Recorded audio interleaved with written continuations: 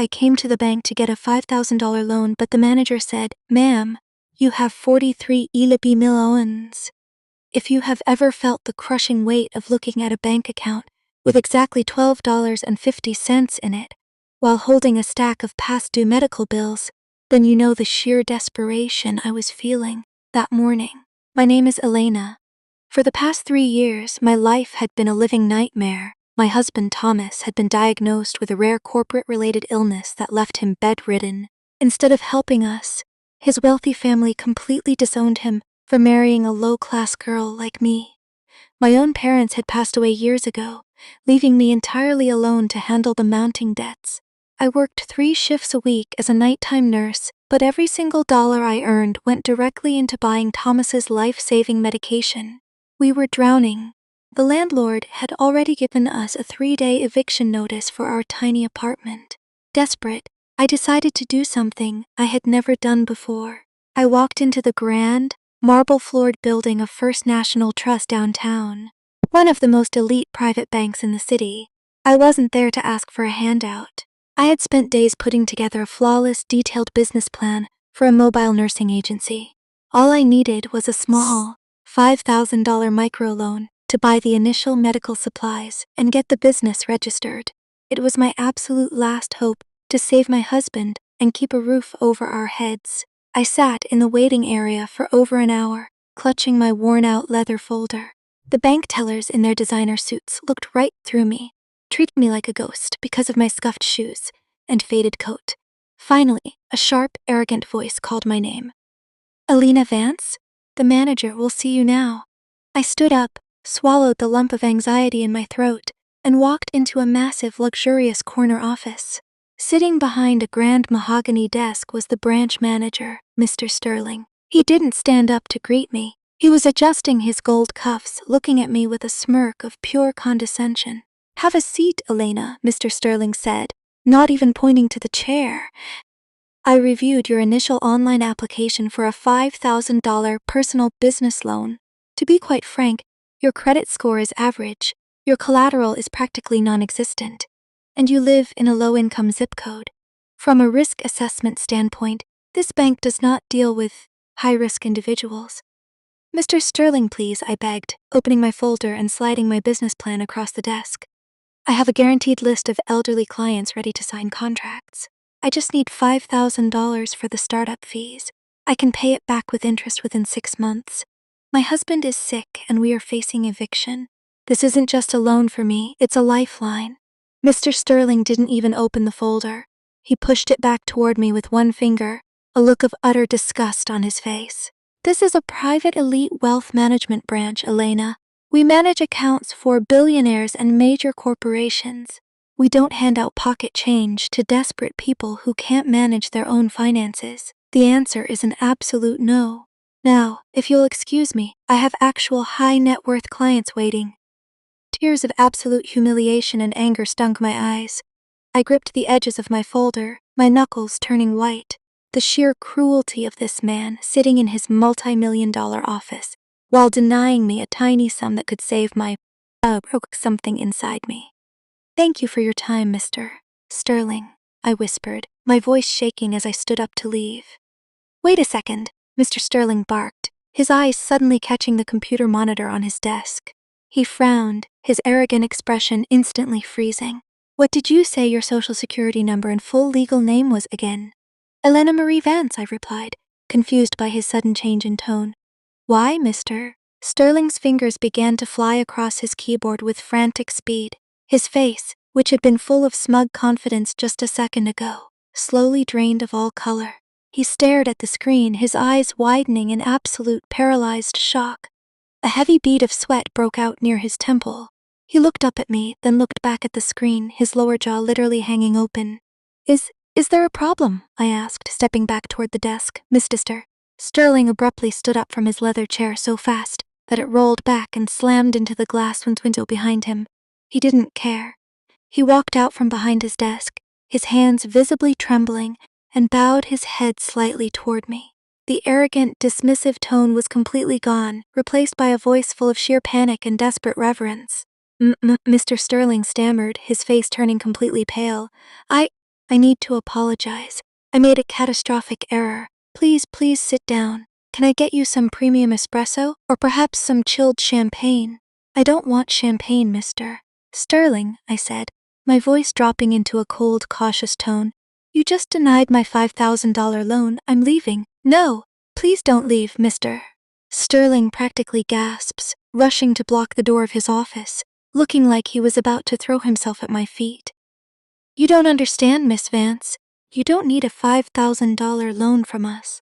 Your social security number is tied to a locked, ultra-private legacy trust account that was established 21 years ago by your late grandfather, Richard Vance. My grandfather was a simple carpenter, I said, narrowing my eyes. He died broke. He didn't die broke, ma'am, Mr. Sterling whispered, his voice shaking as he spun his laptop screen around so I could see it. He was one of the original, silent founders of this entire banking conglomerate. He hid his wealth from the world, and he locked this account until your 25th birthday, which was yesterday.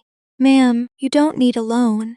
You currently have exactly $43,200,000 sitting in your liquid account, and you are officially the largest individual shareholder of this entire private branch. I stared at the glowing computer screen, my mind completely short-circuiting. The green digital numbers on the monitor seemed to blur together. $43,200,000. I looked at the long string of zeros, then at my own legal name and social security number displayed right above it. This is impossible, I whispered, my voice barely audible over the loud thumping of my own heart. There has to be a mistake. My grandfather lived in a tiny 2-bedroom house in the suburbs. He drove a rusted pickup truck. He wore flannel shirts with holes in them. He couldn't have been a billionaire founder. Mr. Sterling, who was still practically hyperventilating near the door, shook his head frantically. There is absolutely no mistake, Miss Vance. The encryption on this account is level 1. It requires a direct verification from the Federal Reserve database. Your grandfather, Richard Vance, was a brilliant and financial architect. He bought into the founding shares of First National Trust back in the late 70s under a private shell corporation. He purposely hid his identity from the public and his own extended family to ensure he could live a quiet, peaceful life. And more importantly, he left a strict legal affidavit with our executive board. Mr. Sterling clicked on a secure PDF attachment, his hand still trembling as he tapped the mouse. Look right here, ma'am. The affidavit states that his wealth must bypass your parents completely and be held in a blind trust until your 25th birthday. He explicitly wrote that he wanted you to grow up understanding the value of a hard-earned dollar, untouched by the toxic greed of high society, before handling an empire. You turned 25 yesterday, ma'am. The lock automatically dissolved at midnight. I sank slowly into the plush leather chair, the worn-out folder containing my $5,000 business plan slipping from my lap and spilling onto the expensive rug. I didn't care. The absolute shock was paralyzing. Just 10 minutes ago, I was begging this arrogant man for pocket change to keep a roof over my head. I was a nighttime nurse working 70 hours a week, counting pennies at the grocery store checkout line, watching my husband slowly wither away in a cramped, moldy apartment because we couldn't afford premium treatment. And all this time, I was the sole heir to a $43 million fortune. Suddenly, the image of my husband's pale, exhausted face flashed through my mind.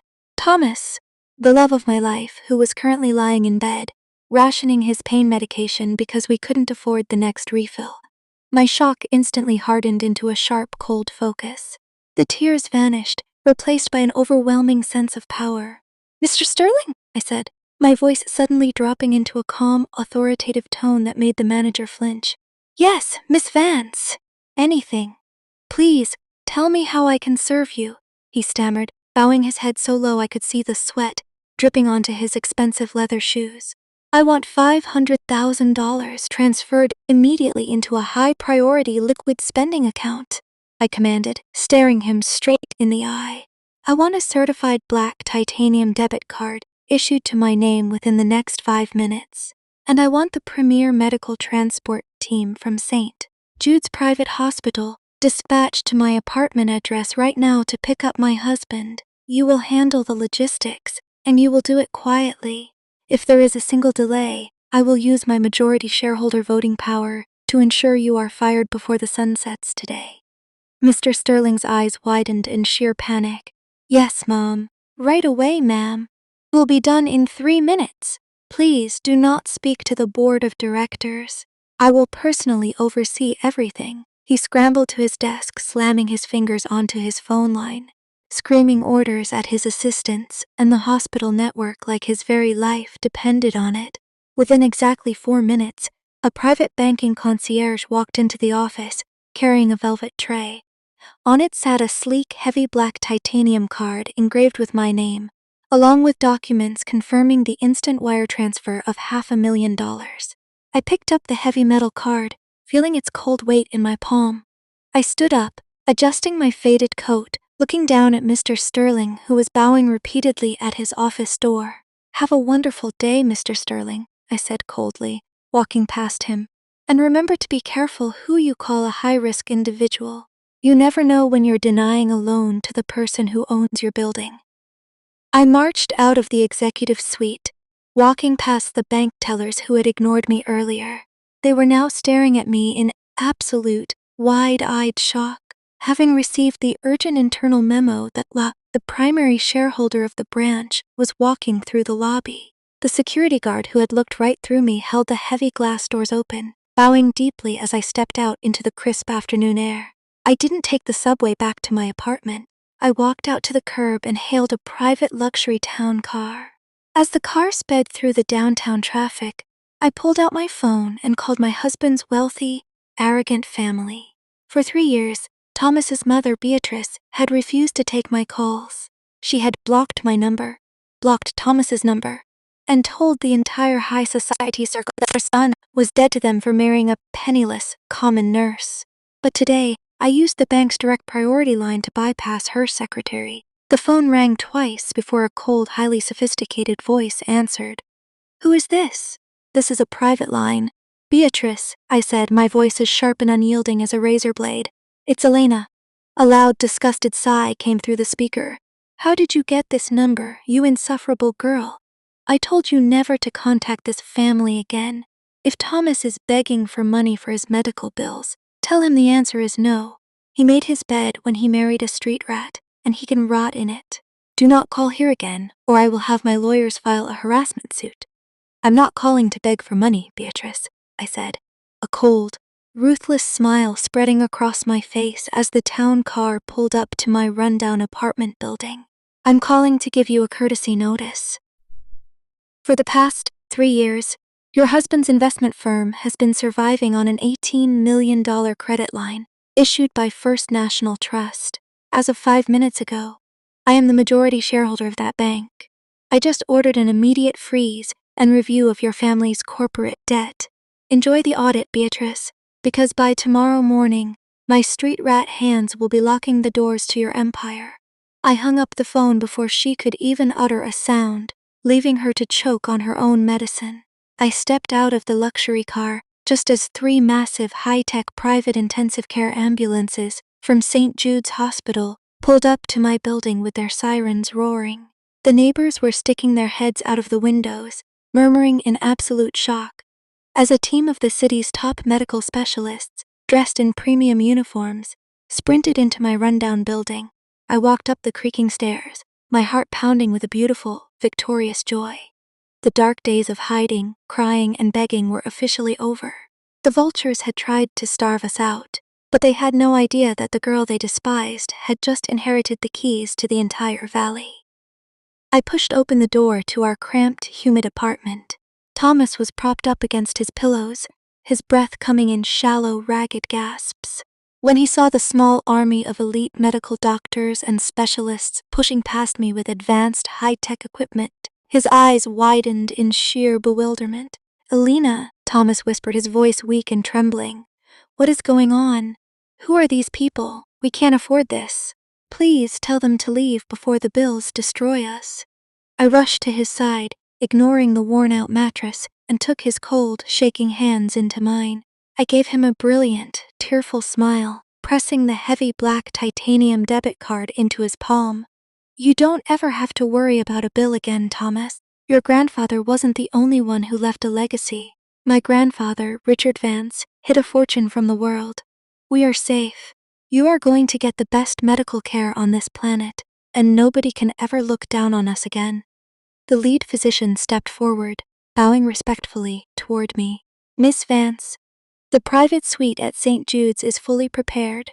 We have the top specialists in the country flying in tonight to begin your husband's cellular therapy. We are ready to transport him." Within 20 minutes, Thomas was safely loaded into the luxury intensive care ambulance. I watched the caravan speed away with its sirens blaring, knowing he was finally out of danger. But my work for the day was far from over. It was time to pay a visit to the people who had left him to rot. I directed my private town car to the exclusive, gated community of Crestview Hills, where Thomas's parents lived in a sprawling, multi-million-dollar colonial mansion. When my town car pulled up to the grand security gates, the guard tried to stop me, but I simply rolled down the window and flashed a corporate executive banking credential. "Open the gate. I am here on behalf of First National Trust regarding the immediate liquidation of the Miller family assets." The guard's face drained of color, and he hit the switch instantly.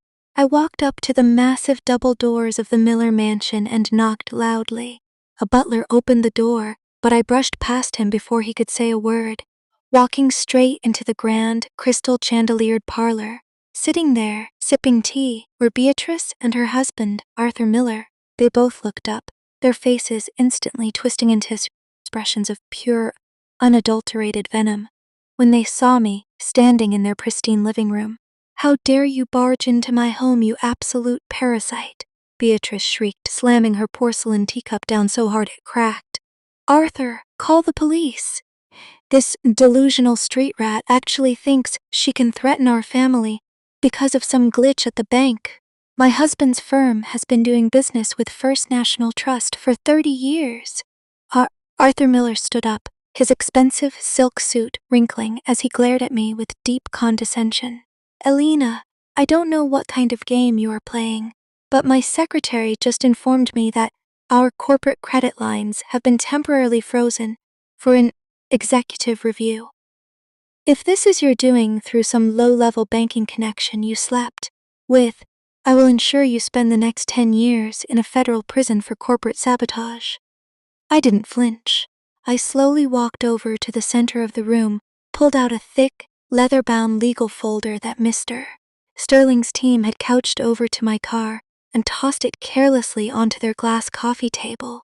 "Open it, Arthur," I said, my voice dropping into a freezing, dangerous calm that echoed through the massive room. Arthur Miller frowned, a slight flicker of hesitation crossing his eyes. He slowly reached down and opened the folder. As his eyes scanned the first 3 pages, the arrogant, wealthy patriarch completely vanished.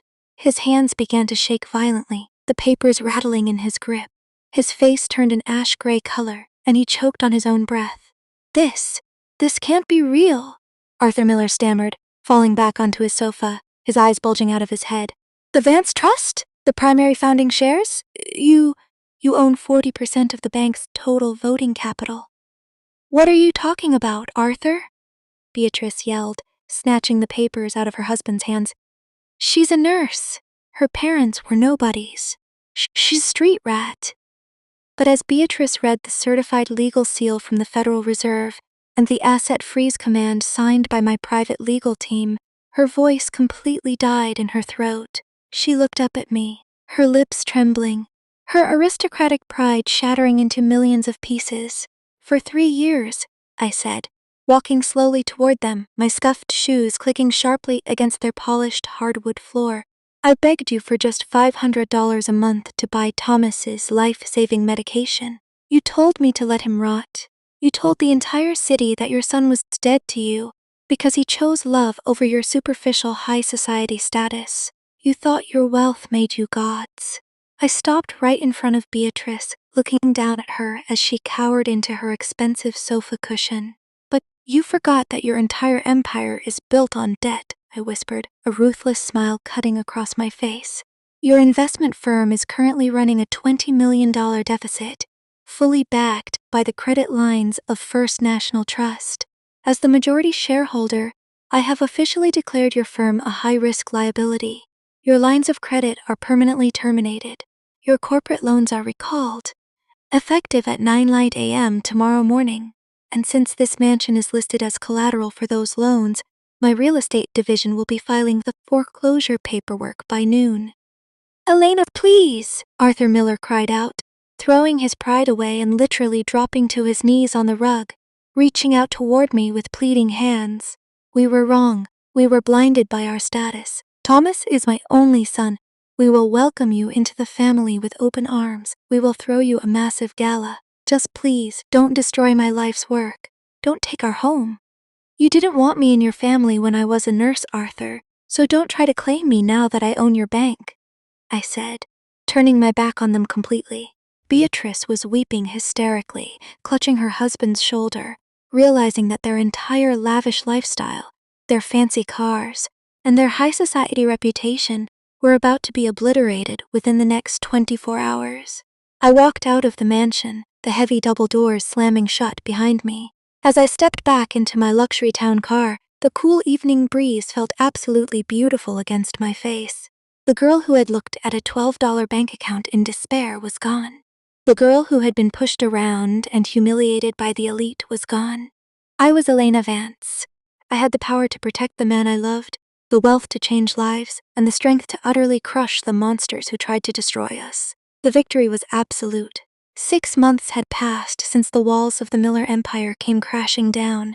The elite private wing of St. Jude's Hospital had done wonders for Thomas, thanks to the advanced cellular therapy that my fortune was able to fund. The color had completely returned to his cheeks, and he was finally standing on his own 2 feet, stronger and healthier than he had ever been in his entire life. We were now sitting on the expansive terrace of our new estate, a beautiful, sunlit property tucked away in the quiet hills just outside the city. It was a stark contrast to the dark, moldy apartment where we had spent years fighting for survival. Arthur Pendleton, the senior legal advisor for the Vance Trust, stepped onto the terrace, holding a sleek leather briefcase. He gave us a warm, respectful bow before placing a set of finalized documents on the glass table. "It is officially finished, Miss Vance," Arthur announced, a tone of absolute satisfaction in his voice. "The foreclosure on the Miller mansion has been finalized, and the property has been successfully liquidated to cover their outstanding debts to First National Trust. Your father-in-law's investment firm has officially declared total corporate bankruptcy." "And where are Beatrice and Arthur Miller now?" Thomas asked quietly, his hand interlaced with mine, his voice completely devoid of anger, holding only a sense of profound calm. "They have relocated to a small, rented townhouse in a distant suburb," Arthur replied, adjusting his glasses. "Without their corporate credit lines and high society standing, their old friends have completely abandoned them. Beatrice was recently spotted trying to sell off her remaining personal designer jewelry, just to cover their monthly living expenses. They are completely out of the financial sector permanently." I looked down at the documents, feeling a deep wave of peace wash over me. I didn't smile out of malice. I smiled because justice had finally balanced the scales. They had spent decades believing that their wealth gave them the right to treat human lives like disposable garbage. In the end, their own arrogance had stripped them of the very things they valued most, their status and their pride. "Thank you, Arthur," I said softly, signing the final closure papers. "You've been an incredible help throughout this entire transition." "It is my honor, Miss Vance," Arthur said, packing his briefcase. "Your grandfather, Richard, would be immensely proud of how you've handled his legacy. You didn't just take the wealth, you used it to protect what truly matters." As Arthur walked back down the garden path, and the security gates closed quietly behind him, Thomas turned to me, pulling me into a warm, protective embrace. He pressed a soft kiss to my forehead, his eyes shining with tears of pure gratitude. "You saved my life, Elena," he whispered, holding my hands tightly. "When everyone else left me in the dark, you became my light. I don't care about the $43 million. I only care about the fact that I get to spend the rest of my life with the strongest woman I've ever known." "We saved each other, Thomas," I replied, resting my head against his chest, listening to the steady, strong beat of his heart. I pulled my grandfather's old, heavy black titanium card from my purse and placed it on the table, watching it catch the golden light of the setting sun. My family's legacy wasn't just a number in a bank account. It was the power to stand up against tyranny, the wealth to heal the broken, and the resilience to survive the darkest storms. The vultures had tried to starve us, but they had only succeeded in handing us the keys to the entire kingdom. The nightmare was over. We were Elena and Thomas Vance, and we were finally completely free.